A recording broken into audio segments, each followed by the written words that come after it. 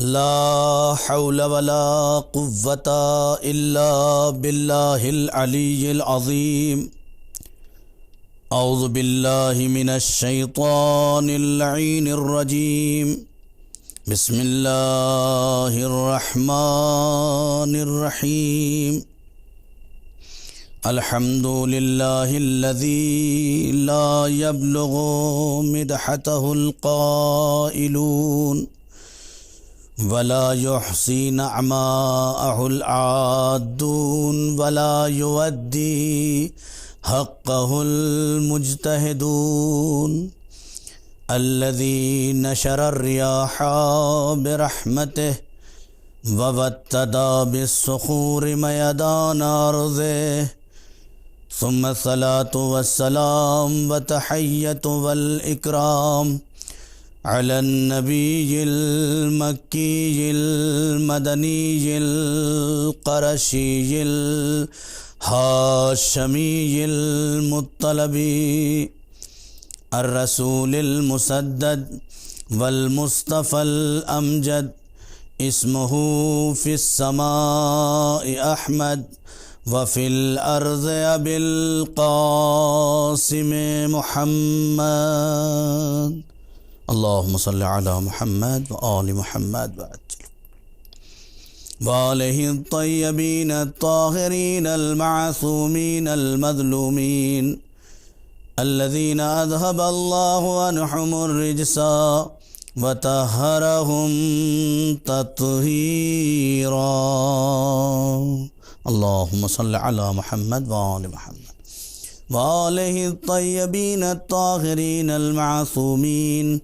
أما بعد، فقد قال الله تبارك وتعالى في القرآن المجيد والفرقان الحميد وقوله الحق. بسم الله الرحمن الرحيم. ولا تحسبن الذين قتلوا في سبيل الله أمواتا بل أحياء عند ربهم يرزقون. صلوات ورد محمد وآل محمد. اللهم صل على محمد وآل محمد وعجل فرج. محترم ناظرین کرام و بزرگان قوم و ملت و دوستداران عزیز و قوم کے نوجوانوں، شکر ہے اس پروردگار کا کہ جس نے پھر ہمیں یہ موقع دیا کہ ہم اپنے حسین کی مجلس عزا کر سکیں. اس خدائے وحدہ لا شریک کا لاکھ لاکھ شکر ہے. جتنا شکر ادا کیا جائے کم ہے کہ جس نے اس حیات کو اس لائق بنایا کہ ہم حسین کے فرش عزا کے لائق بن گئے. لائق تحسین ہیں وہ والدین، لائق تحسین ہے وہ باپ کہ جن کے بیٹے حسین کی فرش عزا بچھانے میں لگے ہیں. لائق تحسین ہے وہ ماں کہ جس کے آغوش کے پالے اس پرآشوب دور میں بھی حسین مظلوم کے ہدف اور مقصد کو پہنچانے میں کوشاں ہیں. دنیا کے ہزاروں نوجوانوں کو دیکھیں آپ، وہ نہ جانے کس کس ڈگر پہ بہے جا رہے ہیں، لیکن یہ مجلس حسین کا صدقہ ہے، یہ ماؤں کی تربیت کا نتیجہ ہے، اور یہ والدین کی تربیت کا نتیجہ ہے کہ جو حسین کے فرش عزا پہ آ جاتے ہیں ان کی فکریں بدل جاتی ہیں، ان کی تہذیبیں بدل جاتی ہیں، ان کی ثقافتیں بدل جاتی ہیں. اور بالکل فرش حسین کا مطلب ہی یہی ہے، فرش عزائے حسین کا مطلب ہی یہی ہے، مجلس حسین کا مطلب ہی یہی ہے کہ بدل دو. کچھ بدل دینے کا نام ہے مجلس حسین، ورنہ کائنات میں حسین پہ رونے کے لیے بہت ہیں، رونے والوں کی کمی نہیں ہے. آسمان حسین پہ روتا ہے، زمین حسین پہ روتی ہے، کائنات کا ذرہ ذرہ غم حسین مناتا ہے. کوئی آنکھ نہیں ہے جو حسین کے نام پر اگر ذرہ برابر بھی انسانیت پائی جاتی ہے تو وہ آنکھیں نم نہ ہوں۔ نہیں نہیں، ہر آنکھ نم ہوتی ہے۔ ہمیں اس لیے نہیں پیدا کیا گیا تھا کہ ہم صرف حسین پہ روئیں، نہیں، بلکہ ہمیں اس لیے پیدا کیا گیا تھا کہ ہمارا کوئی مقصد ہو، ہمارا کوئی ہدف ہو، ہماری کوئی ذمہ داری ہو، ہمارا کوئی وظیفہ ہو کہ جس کی بنیاد پر ہم حسین مظلوم کے غم میں روتے روتے اپنے وطن کو بدل دیں، اپنے گھر کو بدل دیں، اپنے معاشرے کو بدل دیں، اپنی تہذیبوں کو بدل دیں۔ یعنی کیسی تہذیب؟ ہمارا معاشرہ حسینی بن جائے، ہمارا گھر حسینی بن جائے، ہمارا دستور حسینی بن جائے، ہمارے بچے عزادار حقیقی امام حسین بن جائیں۔ اگر یہ ہو رہا ہے تو مجلسوں کا حق ادا ہو رہا ہے۔ اگر بچے تہذیب اسلام سیکھ رہے ہیں تو مجلسوں کا حق ادا ہو رہا ہے۔ میں کتنا شکریہ ادا کروں ان ماؤں کا کہ جنہوں نے اپنے بچوں کی ایسی تربیت کی ہے، کہ جنہوں نے پورے سسٹم کو حسینی بنانے کی کوشش کی ہے۔ یہ ہولڈنگ لگانا، یہ بینرز چھپوانا، یہ لوگوں تک مقصد حسین پہنچانا، اس کا اجر دنیا نہیں سمجھ سکتی۔ اس کا اجر صرف شہزادی فاطمہ زہرا عطا کریں گی۔ کسی کے پاس ہے ہی کیا دینے کے لیے؟ کچھ نہیں ہے اس دنیا کے پاس دینے کے لیے، صرف وہی ہیں جو اس کا اجر دے سکتی ہیں۔ ان آنسوؤں کی قیمت دنیا نہیں سمجھ سکتی۔ بڑے بڑے تخت اور بادشاہت کو پلٹ دینے والے کا نام ہے حسینیت، اور حسین کے غم میں بہنے والے آنسو۔ نہ جانے کتنے فتوے سال بھر تیار کیے جاتے ہیں ان آنسوؤں کو روکنے کے لیے، لیکن اشک آنکھوں سے جب مومن کے یہ آنسو نمودار ہوتے ہیں تو کائنات دیکھتی ہے ہر سال آب و تاب کے ساتھ دوبارہ یہ عزاداری آ جاتی، اور یہی عزاداری کا مقصد ہے۔ اگر ہم اپنی تاریخ میں دیکھیں، کائنات آدم و عالم میں دیکھیں، تو زندہ قوموں کی نشانی یہی ہے، زندہ قوموں کی پہچان ہی یہی ہے۔ دیکھیے، آپ جانتے ہیں کہ میری مجلسوں میں پہلی مجلس جو عشرے کی ہوتی ہے وہ بنیادی مجلس ہوتی ہے۔ وہ بنیاد ڈالتا ہوں پورے عشرے کی۔ پہلی مجلس کا ہدف اور مقصد یہ ہونا چاہیے کہ ہم اپنے جوانوں تک ایک ایسا پیغام دے دیں کہ ہمارے جوان فرش عزا پہ بیٹھ کے کچھ لے کے جائیں۔ مجلسیں شور مچانے کا نام نہیں ہے، مجلسیں کہتے ہی وہی ہیں، اور کامیاب مجلس وہی ہے کہ جو انسان جب اٹھے وہاں سے تو اپنے دامن میں کچھ لے کے اٹھے۔ قرآن مجید ہمیں زندگی کی نشانی دے رہا ہے۔ وَلَا تَحْسَبَنَّ الَّذِينَ قُتِلُوا فِي سَبِيلِ اللَّهِ أَمْوَاتًا بَلْ أَحْيَاءٌ عِنْدَ رَبِّهِمْ يُرْزَقُونَ۔ سورہ آل عمران کی 159ویں آیت ہے یہ، جس میں خداوند عالم کہہ رہا ہے کہ دیکھو، گمان بھی نہ کرنا جو اللہ کی راہ میں شہید ہو گئے ہیں انہیں مردہ تصور نہ کرنا، بل احیاء، وہ زندہ ہیں۔ یعنی پتہ یہ چلا کہ سبیل راہ خدا کا سوار اور سبیل راہ خدا پہ چلنے والا زندہ ہوتا ہے، زندہ ہوتا ہے۔ اور یہی زندگی خدا ہم سے چاہتا ہے، یہی زندگی ہم سے حسین چاہتے ہیں، یہی بیداری ہم سے اہل بیت چاہتے ہیں۔ اگر زندگی ہے تو سب کچھ ہے، اگر زندگی نہیں ہے تو کچھ نہیں ہے۔ میں نے پچھلے سال کے عشرے میں کہا تھا، ہمارے یہاں زندگی اور مردہ کا تصور الگ ہے۔ ہمارے یہاں چلنے پھرنے کو زندگی کرتے ہیں، ہمارے یہاں کھانے پینے کو زندگی کہتے ہیں، ہمارے یہاں اوڑھنے پہننے کو زندگی کہتے ہیں، ہمارے یہاں بولنے کو زندگی کہتے ہیں۔ اسلام اس کو زندگی نہیں کہتا، اسلام اس کو حیات نہیں کہتا۔ حیات چلنا پھرنا نہیں ہے، حیات کھانا پینا نہیں ہے، یہ سب تو جانور کے پاس بھی موجود ہے۔ تو انسانیت کیا ہے؟ خود مولا کائنات نے ارشاد فرمایا، انسانیت کے لیے اگر زندگی دیکھنا چاہتے ہو، قرآنی زندگی دیکھنا چاہتے ہو، تو قرآن کہتا ہے کہ بہت سے ایسے لوگ ہیں جو اس دنیا میں دونوں پاؤں پہ چل رہے ہیں، لیکن یہ چلتی پھرتی لاش تو ہیں، زندگی نہیں ہے، حیات نہیں ہے۔ تو پھر حیات کسے کہا جاتا ہے؟ حیات اسی کو کہتے ہیں کہ خود بدلو، گھر بدلو، معاشرہ بدلو، شہر بدلو، ملک بدل ڈالو۔ اگر یہ حوصلہ پیدا ہو جائے تو یہی حسینیت کا مشن بھی ہے، یہی حسینیت کا مقصد بھی ہے، یہی مقصد ہے۔ اگر مجلسوں سے مقصد حسین نہ پہنچایا گیا تو کچھ نہیں پہنچایا گیا۔ اگر مجلسوں میں غدیر، دو ہی چیزیں ہیں کائنات میں، ایک غدیر ہے اور ایک کربلا ہے۔ ان دونوں کے علاوہ کوئی مشن نہیں ہے. ایک غدیر ہے اور ایک کربلا ہے، اور دونوں کا مشن ایک ہے. بس فرق اتنا ہے، وہاں پر ولایت پہنچائی گئی ہے، یہاں پر شہادت پہنچائی گئی ہے. وہاں پر دین کا نظام مکمل کیا گیا ہے، یہاں پہ دین کا نظام بچایا گیا ہے. وہاں پر جب اللہ نے اپنے حبیب کو 1.25 لاکھ حاجیوں کے درمیان علی کو اٹھا کر کہا کہ کہو کہ من کنتو مولا ہو فہذا علی مولا، تو اس کا مطلب یہ نہیں ہے کہ صرف علی مولا بن گئے، نہیں، بلکہ دین اور اسلام کا پورا سسٹم اور نظام نبوت کے وجود سے منتقل ہو کر امامت کے وجود تک آ رہی ہے. اور یہی مشن کربلا پہنچی. کیوں نہیں ہم کربلا کے بجائے غدیر مناتے؟ جب جناب سید سجاد سے پوچھا گیا مولا آپ کربلا اتنا کیوں مناتے ہیں، آپ کربلا کا اتنا غم کیوں کرتے ہیں؟ باقی ائمہ سے بھی پوچھا گیا تو امام نے فرمایا ہمیں خوف ہے، ہمیں ڈر ہے کہ کہیں غدیر کی طرح سے کربلا بھی نہ بھلا دی جائے. دونوں ایک مشن ہے، جب تک کربلا جاری و ساری ہے، جب تک غدیر باقی رہے. لیکن میرے عزیزو، مقصد غدیر اور مقصد کربلا ہے کچھ کیا؟ قومیں زندہ ہو جائیں، یہ مقصد ہے. قوموں کو زندہ کرنا ہمارا مقصد ہے، قوموں کو بیدار کرنا ہمارا مقصد ہے، قوموں کو منزل کمال تک پہنچانا ہمارا مقصد ہے، قوموں کو منزل کمال تک پہنچانا ہمارا مقصد ہے. اگر قوم منزل کمال تک نہیں پہنچی تو اس کا مطلب یہ ہے کہ ہم ابھی وہ نہیں کر رہے ہیں جو ہمیں کرنا چاہیے. زندہ قوموں کے پاس کوئی دستور ہوتا ہے، زندہ قوموں کے پاس کوئی پلان ہوتا ہے، زندہ قوموں کے پاس کوئی نظام ہوتا ہے، کوئی سسٹم ہوتا ہے.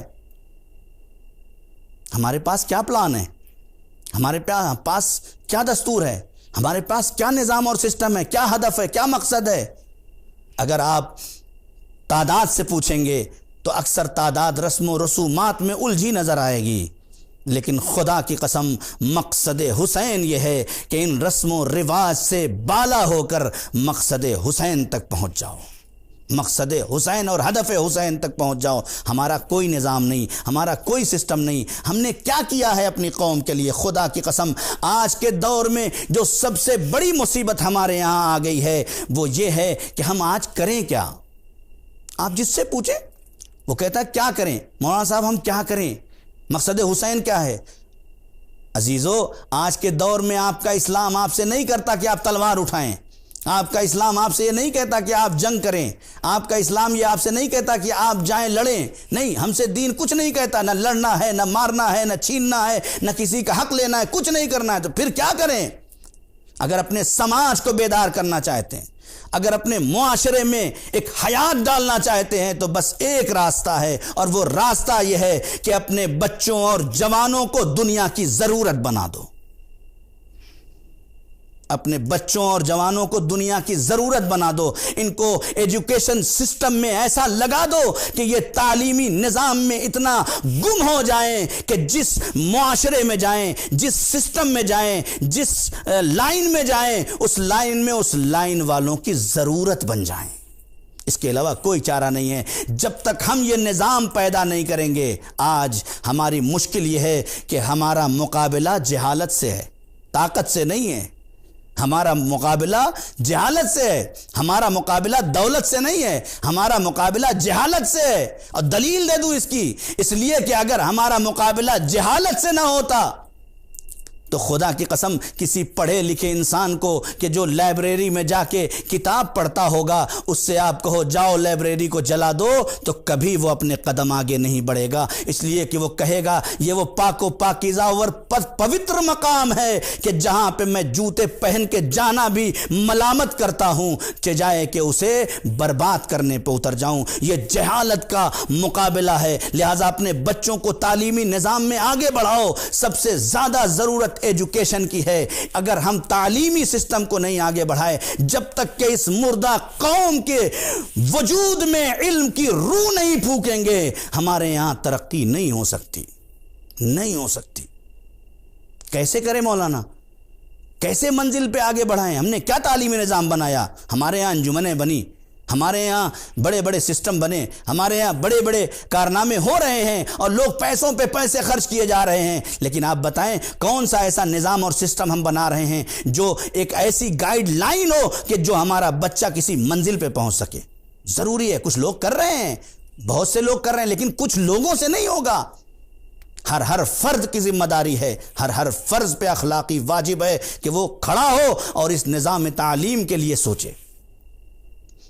دلیل کیسے واپس آ جائے گا؟ آپ کا حق آپ تک واپس آ جائے گا، آپ عزت و آبرو مندانہ زندگی گزاریں گے۔ مولانا صاحب کیسے آپ کہہ رہے ہیں کتنا وقت لگے گا اس سسٹم اور نظام کو تبدیل کرنے میں؟ خدا کی قسم ہمارے پاس تو ائمہ کا ایسے نمونے موجود ہیں کہ ہم تصور بھی نہیں کر سکتے۔ اگر آپ جا کے دیکھیں میرے مولائے کائنات غالب کل غالب علی ابن ابی طالب علیہ السلام کی زندگی کو اٹھا کے دیکھیں، پرآشوب دور ہے، لیکن امام نے اپنی ذمہ داری کو کیسے نبھایا ہے۔ صرف علی کو تلواروں سے لڑنا مت دیکھو، مرہب کو قتل کرنا مت دیکھو، انتر کے سر اتارنا مت دیکھو، دونوں انگلیوں پہ باب خیبر کا اکھاڑنا مت دیکھو، اور کلہ اشدر کو انگلیوں سے چیر دینا مت دیکھو۔ یہ علی کی شرعی مجبوری تھی، علی کسی کو مارنے نہیں آیا تھا، علی کسی کو قتل کرنے نہیں آئے تھے، چونکہ یہ خدا کا دشمن تھا، اور جب کفر سر چڑھ کر بولنے لگتا ہے تو پھر تلوار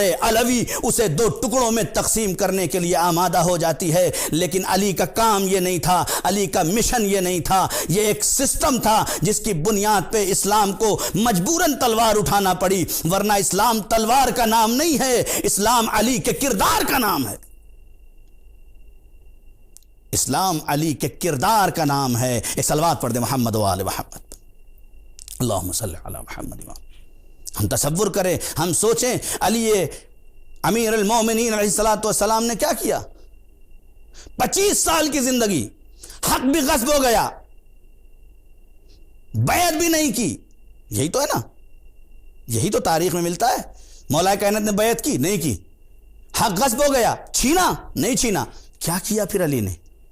25 سال تک اس بے وقوف قوم اور جاہلیت کے دلدل میں دھسنے والے اور ظلمت و استبداد کی گلیوں میں چکر لگانے والی قوم کے علم و شعور کو اور ایجوکیشن سسٹم کو اتنا بڑھایا، اتنا ترقی دیا کہ 25 سال کے بعد یہی بے وقوف قوم پوری خلافت لیے علی کے دروازے پہ کھڑی ہے۔ اے علی، آپ سے اچھا کوئی نہیں ہے جو اس خلافت کو سنبھال سکے۔ یہ تبدیلی کیسے آئی؟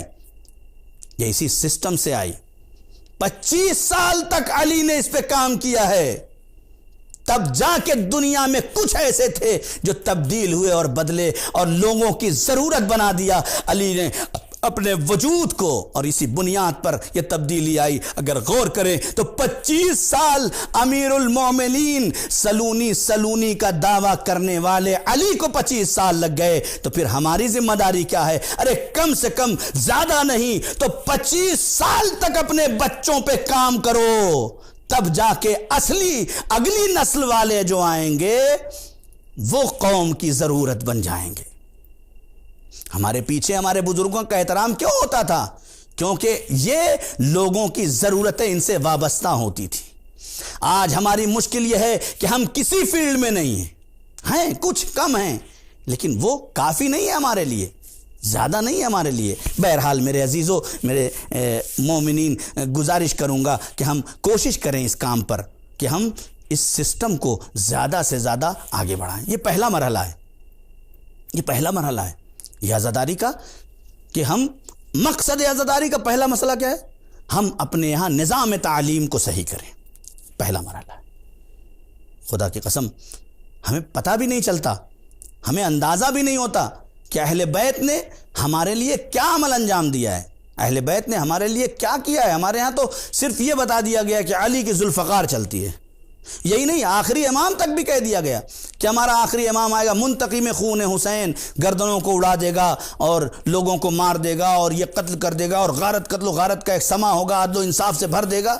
بالکل عدل و انصاف سے بھرے گا، لیکن یہ کہیں نہیں لکھا ہے کہ آتے ہی تلوار پہ تلوار چلانا، نہیں، یہ رؤوف ہیں، یہ رحیم ہیں، یہ کریم ہیں، یہ کریم ابن کریم ہیں۔ یہ تلوار چلانے کے لیے نہیں آئے تھے، یہ ضمیروں کو بیدار کرنے کے لیے آئے تھے۔ یہ خنجر سے گلے کاٹنے کے لیے نہیں آئے تھے، یہ وجود انسانی میں ایک بیداری پیدا کرنے کے لیے آئے تھے، وجود انسانی میں روح علم و تربیت پھونکنے کے لیے آئے تھے۔ ورنہ بس دیکھیں، ایک بات اور بتا دوں آپ کو، دو طرح کی چیزیں ہیں ہمارے معاشرے میں، اور یہ 1400 سال پہلے بھی تھی، ایک جاہل اور ایک جاہلیت، دو الگ الگ چیزیں ہیں۔ ایک ہوتا ہے جاہل ہونا۔ جاہل ہونا کس کو کہتے ہیں؟ کہتے ہیں جاہل ہونا یعنی انسان پڑھا لکھا نہیں ہے، پڑھا لکھا نہیں ہے، اسے جاہل ہونا کہتے ہیں۔ لیکن ایک ہوتی جاہلیت۔ جاہلیت کے لیے ضروری نہیں ہے کہ انسان پڑھا لکھا نہ ہو سکتا ہے بہت پڑھا لکھا ہو لیکن تربیت سے محروم ہو، اس کی تربیت نہیں ہو پائی ہے۔ تو جاہل ہونا یہ الگ مرحلہ ہے، جاہلیت کا سماج میں ہونا یہ الگ مرحلہ ہے۔ 1400 سال پہلے جاہل بھی تھے، جاہلیت بھی تھی، تو اللہ نے اپنے حبیب حضرت محمد مصطفیٰ صلی اللہ علیہ وآلہ وسلم، اللہم صلی علی محمد و آل محمد کو بھیجا، اور کیا کہا؟ وَيُعَلِّمُهُمُ الْكِتَابَ وَالْحِكْمَةَ، اور وہ تعلیم دے گا، وَيُزَكِّيهِمْ، یہ آیت ہے، یعنی دونوں چیزیں، وہ تعلیم و حکمت کی اور تعلیم دے گا، کتاب کی تعلیم دے گا، حکمت کی تعلیم دے گا۔ صرف تعلیم دے گا یعنی جاہل کو عالم بنا دے گا بس، نہ جاننے والے کو جاننے والا نہیں۔ یہ مشن الہی نہیں ہے، یہ مشن الہی نہیں ہے، یہ مشن حسینی نہیں ہے کہ صرف پڑھا دو اور پڑھتا ہی چلا جائے چاہے وہ انسانیت سے گرتا چلا جائے، نہیں، اسے الہی مشن نہیں کہتے، اسے حسینی مشن نہیں کہتے۔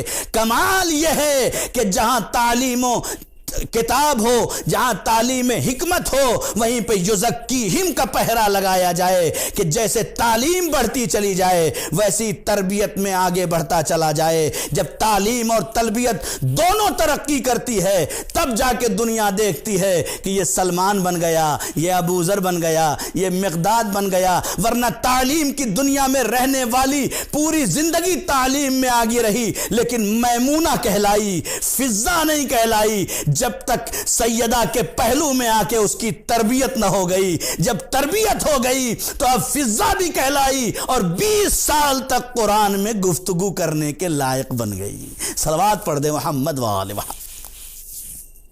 غور کریں آپ، یہ ہدف ہے، یہ مشن ہے، یہ مجلسوں کا مطلب ہے۔ ورنہ میرے عزیزو، یہ مجلسیں صرف رونے اور رلانے کا نام نہیں ہے، مجلسیں عقیدت کا نام نہیں ہے، مجلسیں حقیقت کا نام ہے۔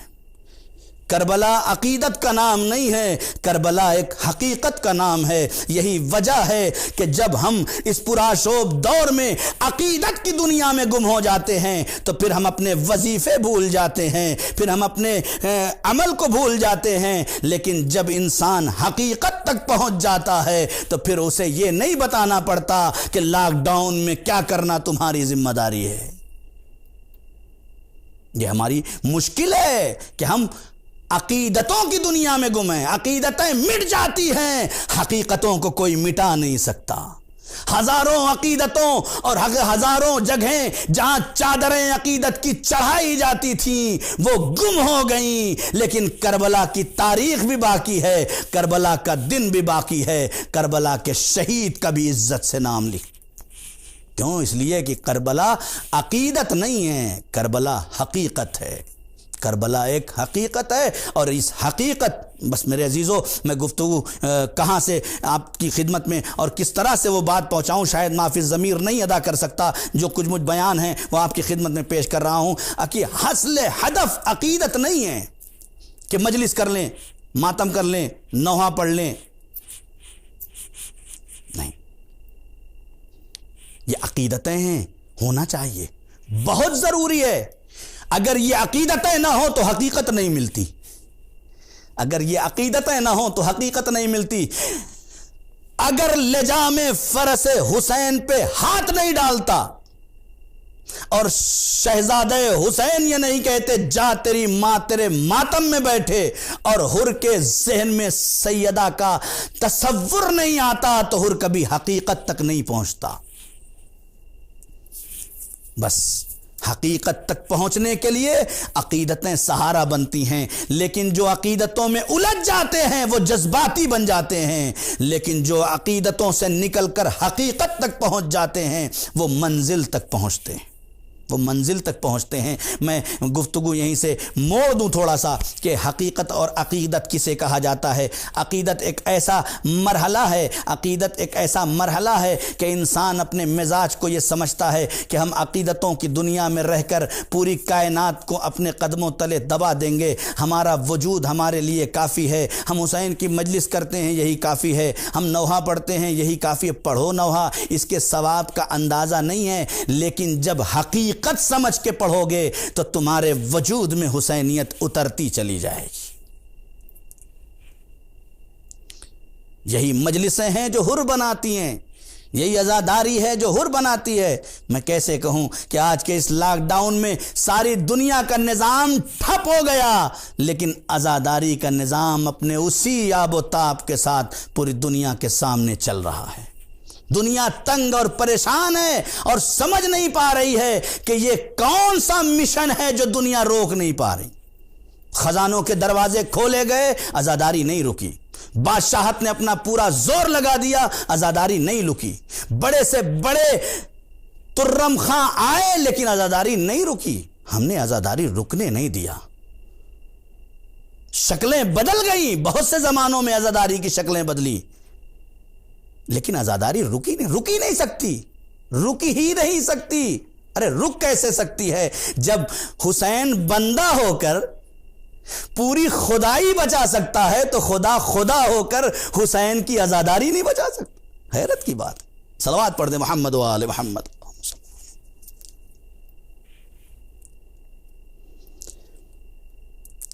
یہ بہت اہم پہلو ہے، ہم غور کریں مقصد عزا کیا ہے۔ اس پرآشوب دور میں ہماری کیا ذمہ داری ہے؟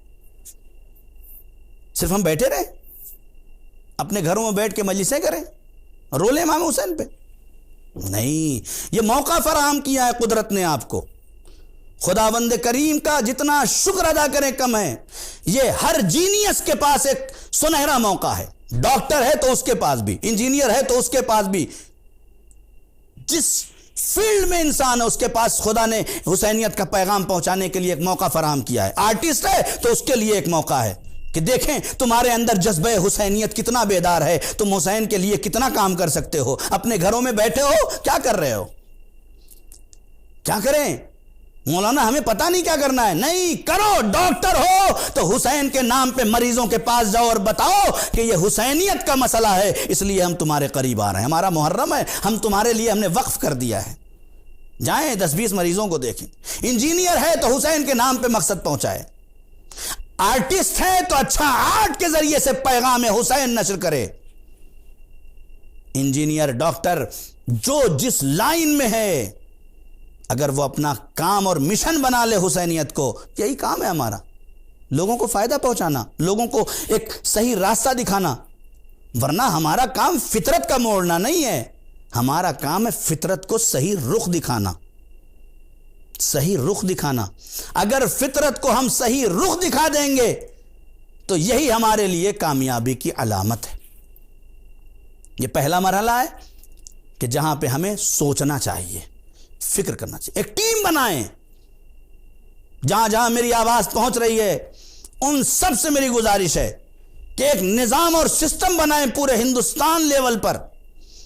تعلیمی سسٹم کے لیے کچھ اچھے اور جینیس لوگوں کو اس گروپ میں رکھا جائے اور ان سے مشورہ کیا جائے کہ ہندوستانی اعتبار سے ہم ثقافت علمی کو کیسے تبدیل کر سکتے ہیں، ہم کیسے حقیقی مطالب اور کیسے پیغام انسانیت دنیا کے ذہن و وجود میں منتقل کر سکتے ہیں۔ مشکل نہیں ہے، کوئی کھڑا ہوگا تبھی جا کے یہ انقلاب آئے گا۔ حسین رونے کے لیے نہیں آئے، حسین روتے روتے سنور جانے کے لیے آئے، حسین روتے روتے کچھ بن جانے کے لیے آئے۔ بس میرے عزیزو، یہیں سے گفتگو منتقل کر دیتا ہوں کہ ہماری ذمہ داریوں میں سے ایک یہ ذمہ داری ہے کہ ہم ایک ایسا نظام اور سسٹم بنے، کوئی کھڑا ہو، جب تک کوئی حسین کا عزادار حسین بن کے نہیں کھڑا ہوگا جب تک انقلاب نہیں آ سکتا، اس لیے کہ ہر دور میں انقلاب لانے کے لیے اسی حسین کو نمونہ عمل قرار دیا گیا ہے، لیکن عقیدت سمجھ کے نہیں، حقیقت سمجھ کر۔ جہاں حقیقت سمجھی گئی، مہاتما گاندھی ہو یا دوسرے تمام افکار کے لوگ ہوں جو حسین کا نام لے کر انقلاب کی باتیں کرتے ہیں، ان سے پوچھئے آپ نے عقیدت میں حسین کو اپنایا ہے یا حقیقت میں حسین کو اپنایا ہے؟ وہ کہیں گے جناب ہمیں عقیدت کا تو پتہ ہی نہیں کیا ہوتا ہے، ہم نے جو حسین کو حقیقت میں دیکھا ہے وہی عمل میں لا کے اتار دیا، اور جب عمل میں اتارا ہے تو انقلاب آیا ہے۔ ہم بھی چاہتے ہیں کہ انقلاب آ جائے، کون نہیں چاہتا ہے کہ انقلاب نہ آئے؟ کون نہیں چاہتا ہے کہ میرا بچہ کربلائی نہ ہو؟ کون نہیں چاہتا میرا بچہ حسینی نہ ہو؟ کون نہیں چاہتا میرا بچہ حقیقی عزادار نہ ہو جائے؟ کون ماں اور بہن نہیں چاہتی کہ میں کنیز سیدہ بن جاؤں؟ کون مائیں اور بہن نہیں چاہتی کہ میں کنیز حضرت زینب و ام کلثوم بن جاؤں؟ سب کا ہدف اور مقصد و مشن یہی ہے، بس ذرا سا خواب غفلت میں بیٹھے ہوئے ہیں۔ جیسے ہی خواب غفلت سے پردہ ہٹا دیا جائے گا اور ایک صحیح راستہ دکھا دیا جائے گا،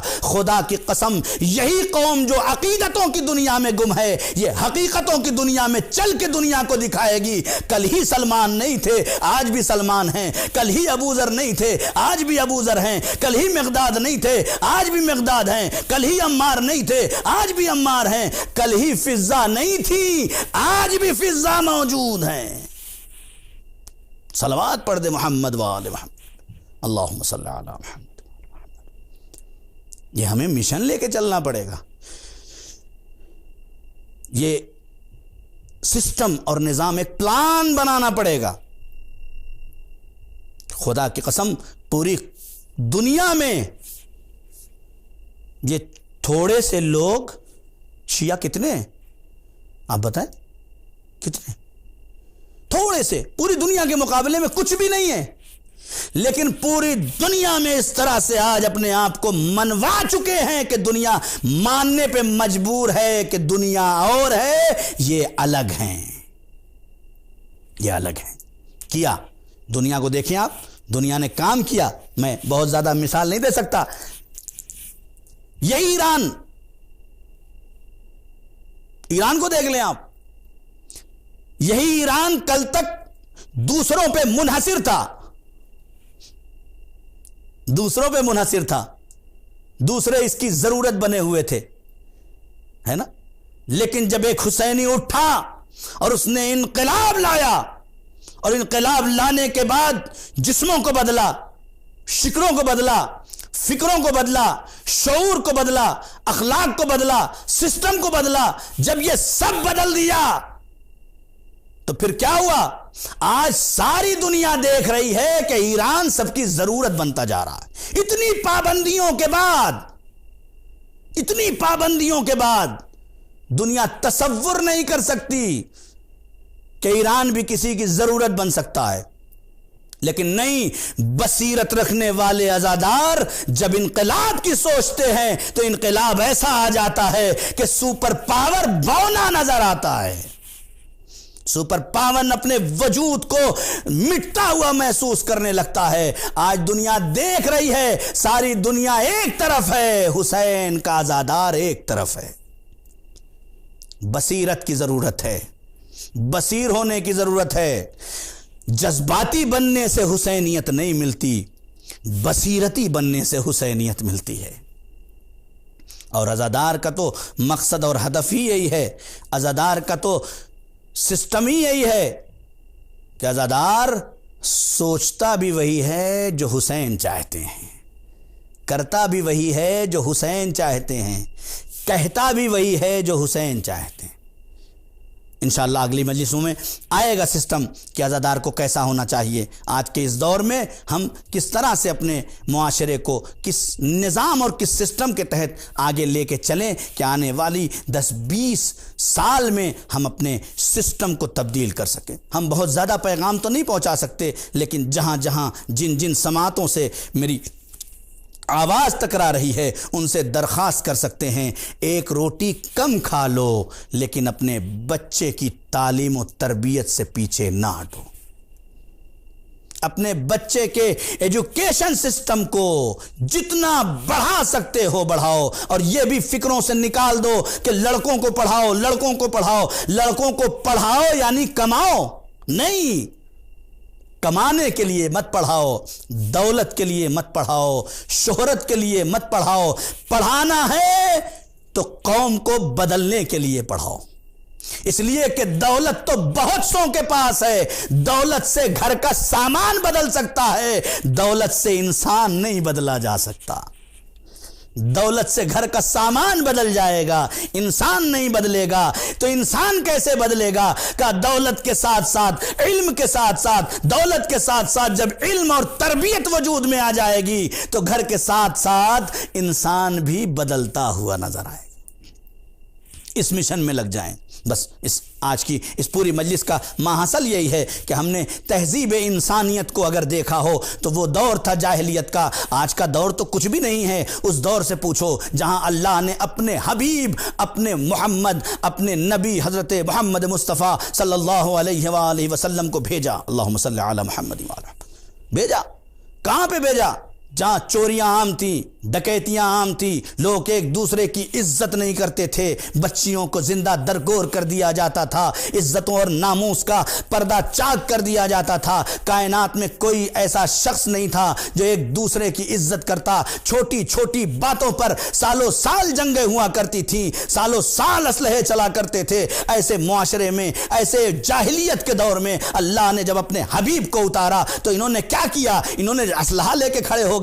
کیا یہ جنگیں کرنا شروع کر دیا؟ نہیں، 40 سال تک میرے نبی نے ان جواریوں کو، ان شرابیوں کو، ان جنگ کرنے والوں کو، یہ عزت و ناموس کا پردہ چاک کرنے والوں کو اتنا اخلاق دیا، اتنی تعلیم دی، اتنی تربیت کی ان کی کہ جو دوسروں کو گالیاں دیتے تھے وہ مصلی پہ دعائیں دینے لگے، جو گلے کاٹتے تھے وہ گلے ملنے کے عادی ہو گئے، جو عزت و ناموس کا پردہ چاک کرتے تھے وہ عزت و ناموس کی حفاظت کرنے لگے۔ ارے جو اپنی بیٹیوں کو زندہ درگور کر دیا کرتے تھے وہ اپنی بیٹیوں کا احترام کرنے لگے۔ صلوات پڑھ دے محمد وآل محمد۔ یہ مشن ہونا چاہیے، یہ مشن ہونا چاہیے۔ جب یہ مشن لے کے ہم مجلس اعضاء میں آئیں گے تب جا کے ہمارے پاس کچھ ماحصل مجلس اعضاء پیدا ہو جائے گا۔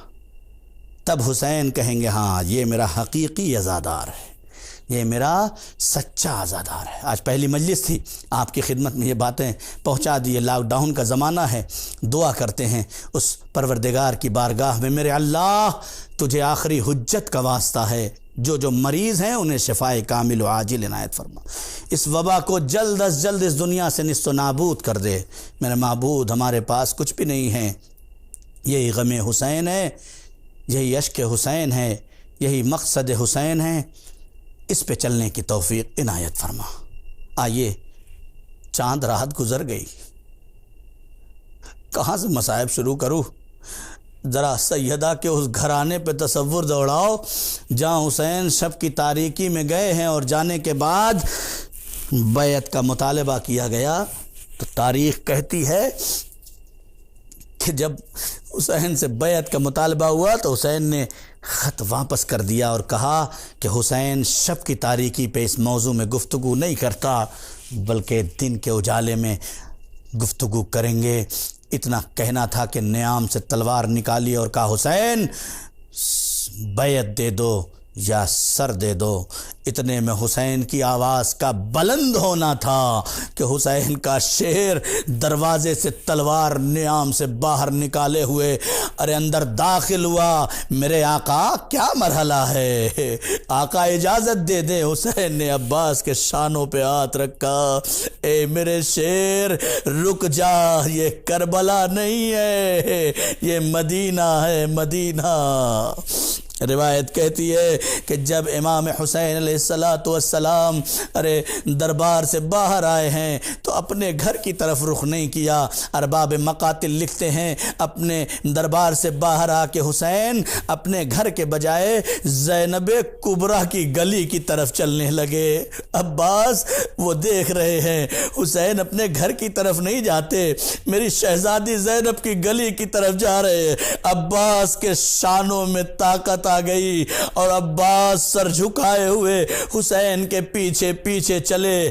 دستک دی، گھر کا دروازہ کنیز نے کھولا۔ آقا آپ اس وقت آ گئے ہیں؟ ہاں مجھے اپنی بہن زینب سے ملاقات کرنی ہے۔ سینے خانہ میں پہنچے، جناب زینب نے کرسی لگائی، اے بھیا بیٹھ جاؤ۔ حسین نے کہا بہن یہ بیٹھنے کا موقع نہیں ہے۔ اے میرے بھیا، اب اے بھیا کیا ہو گیا؟ آواز دی، اے بہن یہ بیٹھنے کا موقع نہیں ہے۔ اے بہن کل ہم مدینہ چھوڑ دیں گے۔ مدینہ چھوٹنے کا نام آیا، آنکھوں میں آنسو آ گئے۔ اے بھیا نانا کی مزار کیسے چھوڑیں گے؟ بھیا کی مزار کیسے چھوڑیں گے؟ آواز دیے بہن زینب، نانا کے دین بچانے کے لیے، دین اسلام بچانے کے لیے۔ جزاکم اللہ خیر الجزا، خدا آپ کو کسی غم میں نہ رلائے۔ ہاں میرے عزیزو، لاک ڈاؤن کی مجلسیں ہیں نا، بڑے احترام سے اپنے گھروں میں بیٹھ کے سن رہے ہو نا، بڑے خوش نصیب ہو کہ آج اس پہرے میں بھی تم آسانی سے حسین کی مجلس کر رہے ہو، ذاکروں کی مجلسیں سن لے رہے ہو۔ لیکن ذرا تصور کرو، ذرا کچھ ایام پہلے عزاداری سوچو، خدا کی قسم آج سارا مجمع نظر نہیں آتا۔ یہ ایک وبا آ گئی ہے نا، کسی نے آپ پہ پہرے نہیں لگائے ہیں، آپ کے اوپر کوئی مشکل نہیں آئی ہے، نہ مالی مشکل ہے نہ کوئی جانی مشکل ہے، یہ صرف ایک آفت ہے جس سے عزادار کو بچانے کے لیے سسٹم بنایا گیا ہے۔ ایسا نہ ہو عزاداروں پہ کوئی آفت آ جائے۔ حسین بھی نہیں چاہتے کہ عزاداروں پہ کوئی آفت آ جائے۔ یہ عزادار رہیں گے تو یہ ہر سال مجلسیں کریں گے اسی شان و شوکت سے۔ شکل عزاداری بدل گئی، لیکن آؤ ذرا پیچھے چلو، کچھ دور پہلے چلتے ہیں، دیکھتے ہیں ایک گھر ہے جہاں صرف 5 عزادار ہیں، جہاں صرف 5 عزادار ہیں۔ تاریخ کہتی ہے ایک ماں ہے، ایک باپ، ایک چھوٹی بیٹی، 2 بچے ہیں۔ تاریخ کہتی ہے 5 عزادار۔ عزیزو، آج کوئی دلی سے آتا ہے جب محرم کرنے، اس سے پوچھو بھائی کیا دلی میں عزاداری نہیں ہوتی؟ کہتا نہیں، جیسا ہمارے وطن میں محرم ہوتا ہے کہیں نہیں ہوتا۔ چاہے 50 لوگ ہوں، 10 لوگ ہوں، 20 گھر ہوں، 100 گھر ہوں، 200 گھر ہوں، 1000 گھروں کو چھوڑ کے وہ آیا ہے۔ کیوں آیا ہے؟ اس لیے کہ اسے اپنے گھر کا محرم پسند ہے۔ کیوں؟ اس لیے کہ وہاں کرتا تو صرف عزادار ہوتا، اپنے گھر میں وہ اپنے ہاتھوں سے علم سجاتا ہے، یہاں میزبان امام حسین بن جاتا ہے۔ میرے عزیزو، آپ مجلسیں سن سکتے تھے، کوئی مرحلہ نہیں تھا، ہزاروں مجلسیں یوٹیوب پہ پڑی ہیں، لیکن خدا کی قسم آپ عزادار ہو کے بیٹھ کے مجلس سن لیتے۔ لیکن جو یہ انتظام کیا ہے، جو سسٹم بنایا ہے، یہ آپ نے اپنے آپ کو ہر گھر میں حسین کا میزبان بنا لیا ہے۔ جناب سیدہ آپ کے گھر میں آ گئی ہے، اے میری بی بی سیدہ آؤ، آپ کو آپ کے لال کا پرسہ دیتے ہیں۔ اے بی بی، اس آفات و بلائیات کے زمانے میں بھی آپ کے یہ عزادار آپ کے حسین سے غافل نہیں ہوئے۔ بی بی، جو بھی انہوں نے اپنے حسین کے لیے کیا ہے اسے بس قبول کر لینا۔ ہاں عزادارو، وہ عزادار تھے، وہاں پہ ایک وقت ایسا آ گیا، یہ ہر سال مجلسیں کرتے تھے، ہر سال اچھا تبرک بانٹتے تھے، ہر سال زیادہ سے زیادہ لوگوں کی خدمت کرتے تھے۔ اس سال حالات ایسے آ گئے، تنگ دستی ایسی آ گئی کہ اب گھر میں تبرک کا بھی انتظام نہیں ہو سکتا، تو کریں تو کیا کرے؟ چاند رات سے پہلے ایک مرتبہ شوہر و زوجہ آپس میں میاں بیوی نے گفتگو شروع کر دی۔ ہر سال ہم حسین کی عزاداری کرتے تھے، ہر سال ہم حسین کا ماتم کرتے تھے، ہر سال ہم لوگوں کو کچھ نہ کچھ تقسیم کرتے تھے۔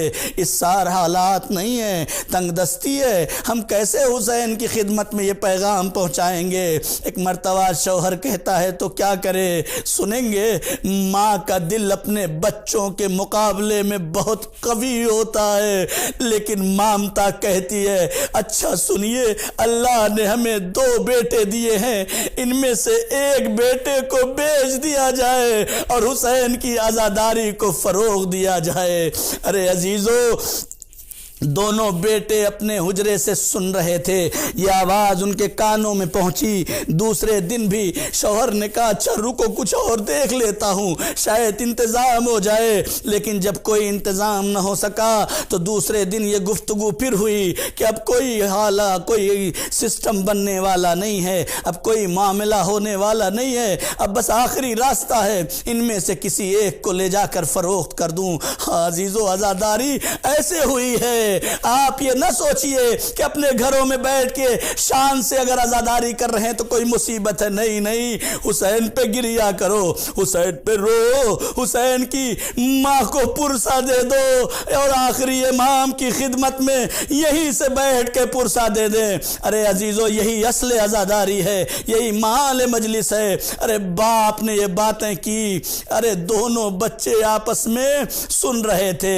چھوٹا بڑے سے کہتا ہے بھائی ارے صبح میں بابا ہم دونوں میں سے کسی ایک کو فروخت کرنے والے ہیں۔ بڑا کہتا ہے میں بڑا ہوں، مجھے جانے دو۔ دونوں بچے ماں کے سامنے آئے۔ باپ کہتا ہے اے بچوں تمہیں میرے ساتھ جانا پڑے گا۔ بچہ بڑا کہتا ہے کہ میں چلا جاتا ہوں۔ چھوٹا کہتا ہے نہیں نہیں بابا، یہ بڑے بھائی ہیں، انہیں رہنے دیجئے، مجھے اپنے ساتھ لے کے چلیے۔ کیونکہ بچے سن لے اللہ اللہ، یہ تربیت اولاد تھی، یہ عزاداروں کی کہ بچہ حسین کے نام پر آمادہ ہے، یہ فکر و شعور کی بیدالی تھی، یہ علم و تربیت کا نتیجہ تھا کہ دونوں حسین کے نام پہ اپنے فریضے کو پہچان کر آگے بڑھ رہے ہیں۔ ارے عزیزو، لیکن سنیں گے ماں نے کیا کہا؟ خدا کی قسم، ارے ایسی ماں پہ جانے قربان، ایسی ماں پہ حیات قربان۔ ماں نے آواز دی اے میرے بچوں، تم دونوں اچھے ہو، لیکن باپ سے مخاطب ہو کے کہا کہ یہ بچہ چھوٹا والا خوبصورت ہے، اس کی قیمت زیادہ ملے گی، بس مجھے نہیں پتا کیسے کنگھی کیا، کیسے لباس پہنایا، کیسے دیا۔ ماں رونے لگی، کنگھی کرتی جاتی، روتی جاتی، کپڑے پہنا دے جاتی، روتی جاتی۔ ماں یہ عمل انجام دے کے روتی رہی۔ جیسے ہی باپ کے حوالے کیا، باپ نے کہا نہیں اب میں اس بچے کو فروخت نہیں کر سکتا۔ ماں نے کہا کیوں، کیا ہو گیا؟ کہا اس لیے کہ تم ایسے ہی ہمیشہ روتی رہو گی، مجھ سے برداشت نہیں ہوگا، تم پہلے اس بچے کی قسم کھا کے کہو کہ نہیں رو گی۔ ارے عزیزو، اس بچے کے لیے نہیں رو گی۔ ارے اتنا سننا تھا، ماں نے حسینیت کے جذبے کو مامتا کے جذبے پہ فوقیت دی اور ایک مرتبہ حقیقی عزادار بن کے بچے کے سر پہ ہاتھ رکھ کے آواز دی کہ اے میرے والی و وارث، میں وعدہ کرتی ہوں کہ آج کے بعد اس بچے کے غم میں کبھی نہیں روؤں گی۔ ارے اتنا کہا، باپ نے بچے کو لیا، میدان میں پہنچا، لے جا کے فروخت کیا، واپس پیسے لے کے آیا، لانے کے بعد عزاداری کا سامان لایا اور ایک مرتبہ گھر کو عزا خانے کی شکل دینا شروع کر دیا۔ اب سنیں گے چھوٹے چھوٹے علم سجائے جانے لگے، تعزیہ رکھا جانے لگا، پردہ سجنے لگا۔ اتنے میں ماں کے سسکیوں کی آواز آئی، مامتا تڑپ کے رونے لگی۔ ارے ایک بتا، شوہر نے پوچھا تم نے وعدہ کیا تھا تم رو گی نہیں؟ ارے سنیں گے کیوں؟ ارے ماں کہتی ہے کہ میرے والی و وارث، خدا کی قسم میں اپنے بچے کے غم میں نہیں رو رہی ہوں، ارے بلکہ اس لیے رو رہی ہوں کہ کل تک جب ہم عزا خانہ سجاتے تھے تو ہم 5 ہوتے تھے، لیکن آج جب ہم عزا خانہ سجا رہے ہیں ایک عزادار حسین کم ہو گیا، میں حسین کے عزادار کے لیے رو رہی ہوں۔ میں اپنے لال کے لیے نہیں رو رہی ہوں، اے بی بی تمہیں اس کا حسین کی ماں زہرا عطا کریں گی، سیدہ عطا کریں گی۔ سیعلم الذین ظلموا ای منقلبی ينقلبون انا للہ و انا الیہ راجعون رضا بقضائہ و تسلیما لامرہ۔ اے میرے اللہ تجھے محمد و آل محمد کا واسطہ امام زمانہ کے ظہور میں تعجیل فرما، ہمیں ان کے اعوان و انصار میں شمار فرما، جو بے روزگار ہیں انہیں روزگار عطا فرما، جو برسر روزگار ہیں انہیں رزق حلال عطا فرما۔ میرے معبود ہم بڑے گناہ گار ہیں، ہم سب کی گناہان کبیرہ اور صغیرہ کو دامن عفو میں جگہ عنایت فرما۔ میرے معبود ہم سب کو حقیقی عزادار بنا دے۔ میرے معبود جو مقروض ہوں ان کے قرض کی ادائیگی کی سبیل فرما۔ میرے معبود جو اس پرآشوب دور میں اس وبا کے ذریعے مریض ہیں ان سب کو جلد از جلد شفاء کامل و عاجل عنایت فرما۔ میرے معبود جو اس وبا میں گزر چکے ہیں، اس سال تیری عزاداری میں شریک نہیں ہو سکے ہیں، ان کی روحوں کو اجازت دینا کہ وہ تیرے حسین کی مجلسوں میں شریک ہو جائیں۔ پہلی اور آخری دعا میرے اللہ امام زمانہ کے ظہور میں تعجیل فرما، ہمیں ان کے اعوان و انصار میں شمار فرما۔ ربنا تقبل منا انک انت السمیع العلیم۔